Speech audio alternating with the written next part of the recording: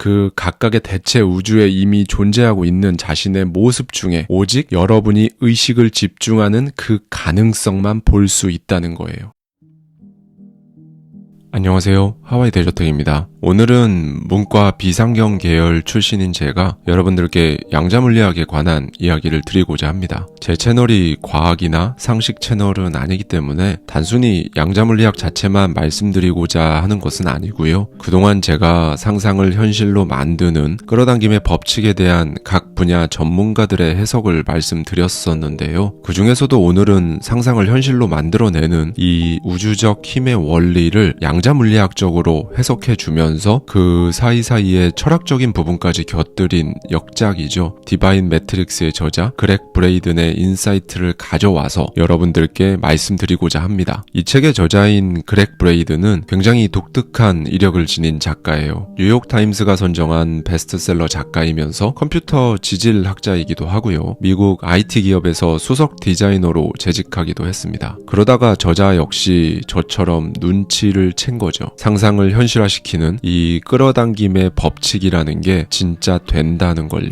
이렇게 눈치를 챈 것까지는 저랑 똑같았는데요. 여기에서부터 저와 그렉 브레이든이 가는 길이 달라졌습니다. 저 역시 엄청 궁금했죠. 왜 안 궁금했겠어요. 상상으로 그걸 시각화하고 그걸 소리내어 말하기도 하고 손으로 100번씩 100일간 적어보기도 하고 그리고는 그 일이 실제로 막 일어나는데 엄청 신기하고 또 궁금하고 그랬죠. 그래서 여기에서 저는 책을 더 많이 읽기 시작합니다. 이게 왜 이렇게 되는지 그 원리를 알고 싶었거든요. 뇌과학, 형이상학, 에너지와 파동으로 설명하는 이론, 양자물리학, 그리고 시크릿처럼 우주의 힘이라고 말해주는 책까지 전부 읽으면서 스스로 이런 결론에 이르렀습니다. 이건 진짜 되는구나 라고요. 왜냐하면 이렇게 각 분야의 성공한 전문가들이 각자의 영역에서 설명한다는 것이 말해주는 명확한 한 가지가 있었거든요. 흙수저에서 자수성가한 억만장자, 뇌과학자, 형이상학자, 양자물리학자, 그 외 기업가들과 셀럽들까지 여기저기에서 다 이 방법으로 원하는 걸 이루었다는 걸 말해주죠. 쉽게 말씀드리면 여기저기 너도 나도 이 나라 저 나라에서 끌어당김의 법칙은 한결같이 작동했다는 겁니다. 그래서 이런 저의 결론으로 그 전까지 100% 확신을 지니고 있었던 제가 200% 확신을 갖게 된 거예요. 반면에 그렉 브레이든은 양자물리학에서 관찰된 과학적 현상들을 토대로 티베트 고산지대의 외딴 수도원, 고대의 사원과 사라진 문서들까지 20년 넘는 시간을 바쳐 연구를 했습니다. 정말 대단하죠. 저자는 확실히 저와는 많이, 아주 많이, 그리고 멀리 다른 길을 걸어갔습니다. 이제 양자물리학으로 한번 넘어가 보겠습니다. 양자물리학은 그동안 원자보다 더 작은 물질의 행동을 설명하는 데 엄청난 성공을 거둬왔죠. 그리고 이런 성공들을 바탕으로 몇 가지의 법칙까지 생겼습니다. 극소세계에서 발생하는 일들을 예상할 수 있게 해주는 법칙인데요. 그런데 이 법칙들은 사실 몇 가지 안 되고 생각보다 단순합니다. 왜냐하면 이 극소세계에서 입자가 보이는 이 행태라고 하니까 약간 불량스러운 느낌이 들어서 행동으로 바꾸겠습니다. 이 극소세계에서 입자가 보여주는 행동이 굉장히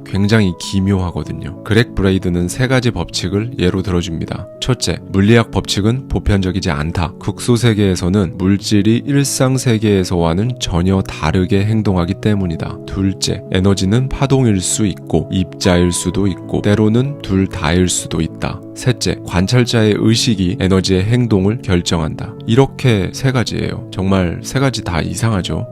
극소세계에서 입자들이 일상세계에서와 전혀 다르게 비상식적으로 행동한다는 것까지는 알겠는데 이제 두 번째부터 본격적으로 이상한 거예요. 에너지는 파동일 수도 있고 입자일 수도 있고 때로는 둘 다일 때도 있다라는 말은 그냥 제가 느끼기에는 하와이 대저택은 사람일 수도 있고 실제로 하와이에 있는 건물일 수도 있고 때로는 둘 다일 때도 있다 같은 느낌인 거죠. 그리고 마지막이 사실 제일 이상한데 이게 양자물리학이고 이게 끌어당김의 핵심을 이야기해주는 알맹이이기도 합니다. 그래서 제일 이상하지만 개인적으로 제일 마음에 드는 부분이에요. 관찰자의 의식, 그러니까 관찰하는 사람이 어떻게 생각하느냐에 따라서 에너지의 행동이 결정된다는 겁니다. 이건 그동안 여러분이 우주의 힘, 형이상학적으로 접했던 것보다 사실 훨씬 과학적입니다. 우리 인간은 결국 과학적인 것을 좋아하죠. 왜냐하면 과학적인 것은 관찰과 증명이 가능하다는 것을 의미하고, 그래서 기적, 신화 이런 것들보다 더 신뢰할 수 있고 현실적이라고 생각하니까요. 정리해드리면 과학적으로 극소 세계에서는 실제로 관찰하는 우리 인간이 어떻게 생각하느냐에 따라서 에너지의 행동이 결정된다는 겁니다. 그런데 위에 세 가지 법칙들을 보고 느끼셨겠지만 양자물리학의 법칙들은 입자가 어디에 있고 일단 거기로 간 후에는 어떻게 행동하는지 명확하게 설명하지 못합니다. 그저 입자의 존재 가능성을 설명할 뿐이죠. 입자가 어디에 있을 수 있고 어떻게 행동할 수 있고 그 특징은 어떠할 수 있다 정도에 그치고 있어요. 그럼 이쯤에서 이런 생각이 드실 수가 있어요.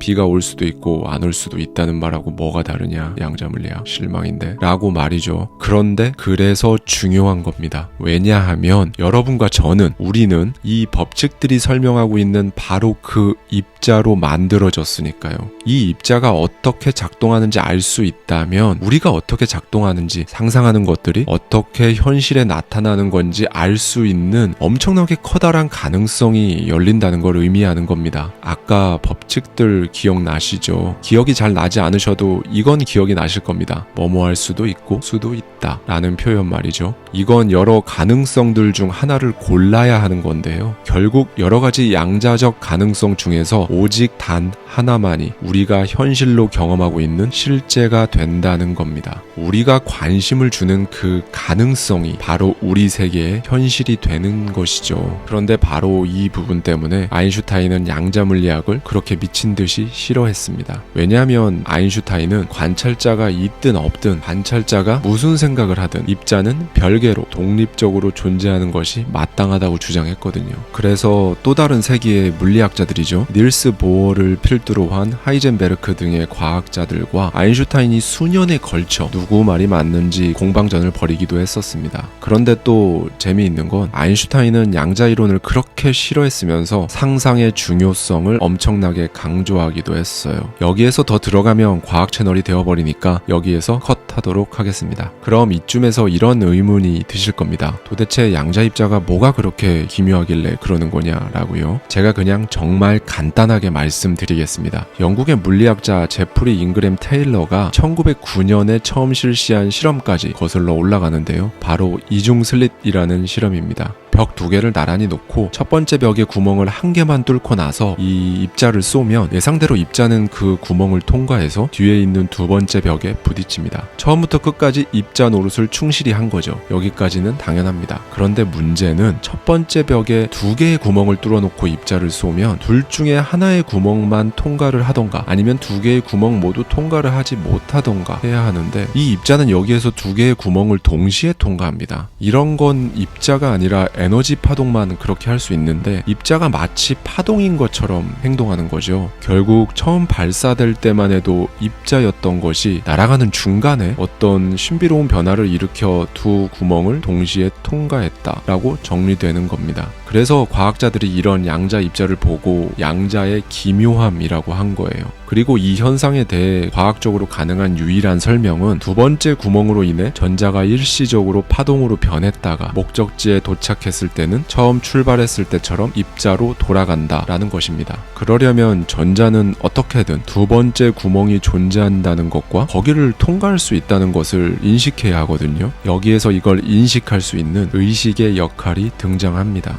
그런데 말 그대로 전자가 이걸 안다라는 건 불가능하죠. 결국 전자의 의식이 아니라면 그 실험을 지켜보는 사람의 의식밖에는 남는 것이 없습니다. 전자가 통과할 수 있는 구멍이 2개 있다는 것을 아는 존재는 바로 관찰자고 이러한 관찰자의 의식이 전자가 날아가는 여행 경로를 결정한 거죠. 그래서 양자 물리학자들은 이런 결론을 내립니다. 전자는 때때로 우리의 기대대로 행동한다 라고 말이죠. 100년도 더 전에 한 이 실험 결과를 가지고 지금도 과학자들은 격투 중입니다. 크게 양대 산맥계 이례적인 두 이론 혹은 두 학파가 격투 중이고요. 최근에는 이 두 이론의 단점을 커버하기 위한 세 번째 이론까지 등장했어요. 그 중에서도 양대 산맥격인 두 개의 메이저 이론이죠. 코펜하겐 해석과 다세계 해석에 대해 말씀드리겠습니다. 제가 지금 이걸 말씀드리는 이유를 꼭 기억해 주셔야 합니다. 이건 제가 양자물리학이 그냥 재밌어서 혹은 오늘은 색다른 주제를 다뤄보고 싶어서 이걸 말씀드리고 있는 것이 아닙니다. 제가 항상 말씀드리는 상상으로 현실을 만들어내는 이 끌어당김의 법칙을 설명하는 여러 영역 중에서 뇌과학, 형이상학 등의 관점은 설명을 드렸는데 양자물리학적 관점에 대해서는 자세히 말씀드린 적이 없었어서 이렇게 오늘 영상에서 다루고 있는 것이고요. 결론은 뇌과학뿐만 아니라 많은 사람들이 신뢰하는 물리학의 영역에서 그리고 우리 인간의 몸을 이루고 있는 그 입자들에 대한 연구에서도 끌어당김의 법칙이 왜 되는가를 설명할 수 있기에 말씀드리는 것입니다. 마찬가지로 정말 간략히 말씀드릴게요. 먼저 1927년 덴마크 코펜하겐 이론물리학 연구소에서 물리학자 닐스 보어와 베르너 하이젠베르크가 발표한 후 널리 인정받은 이 코펜하겐 해석에 따르면요, 우주는 무한하게 겹쳐있는 가능성으로서 존재한다고 합니다. 어떤 확정된 위치나 상태도 없이 양자 수프 상태로 있다가, 그러니까 쉽게 말씀드리면 인간이 측정하기 전에는 그냥 여러 가지 가능성을 품고 있다는 거죠. 그랬다가 무엇인가가 일어나는 그 순간 그중 한 가지 가능성을 실현시킨다는 겁니다. 그리고 그 무엇인가는 바로 인간의 의식 혹은 단순한 관찰 행위예요. 그리고 코펜하겐 해석 다음으로 가장 널리 인정받는 이론은 평행 우주가 존재한다는 다세계 해석입니다. 1957년 프린스턴 대학의 물리학자 휴 에버렛이 제안한 이론입니다. 이 이론 역시 코펜하겐 해석과 유사하게 매 순간순간마다 무한한 가능성이 있다고 보는데요. 다만 이 가능성들은 코펜하겐 해석처럼 양자 수프 상태로 있는 것이 아니라 이미 모두 존재하며 동시에 진행되고 있다고 합니다. 그러니까 모든 가능성들이 각각의 공간에서 진행 중이고 다른 공간에서는 서로 보이지 않는다는 거죠. 이 이론에 따르면 이 공간들이 바로 대체 우주라고 합니다. 결국 에버렛의 해석에 따르면 우리는 이미 각각의 대체 우주에 존재하고 있다고 보는 거예요. 그래서 다른 우주의 나를 생각함으로써 우리가 상상할 수 있는 모든 꿈을 살아낼 수 있다는 거죠. 그리고 이건 코펜하겐 해석과도 비슷한 점이기도 한데요. 그 각각의 대체 우주에 이미 존재하고 있는 자신의 모습 중에 오직 여러분이 의식을 집중하는 그 가능성만 볼 수 있다는 거예요. 이게 바로 특정 가능성을 현실로 만드는 비결이라고 합니다. 네, 여러분, 정말 간략하게 요약해서 말씀을 드렸습니다. 상상을 시각화함으로써 현실화시키는 끌어당김의 법칙이 왜 이루어지는지에 대한 양자 물리학적 해석이었어요. 제 경험상 많은 분들이 형이상학이나 우주의 힘과 같은 개념으로 설명을 해드리면 보통 제 체감상 10명 중에 1명 또는 0명 정도 관심을 보이셨던 것 같아요. 그리고 밥 프록터의 주파수 에너지의 개념으로 설명을 해드리면 이제 10명 중에 1명은 확실히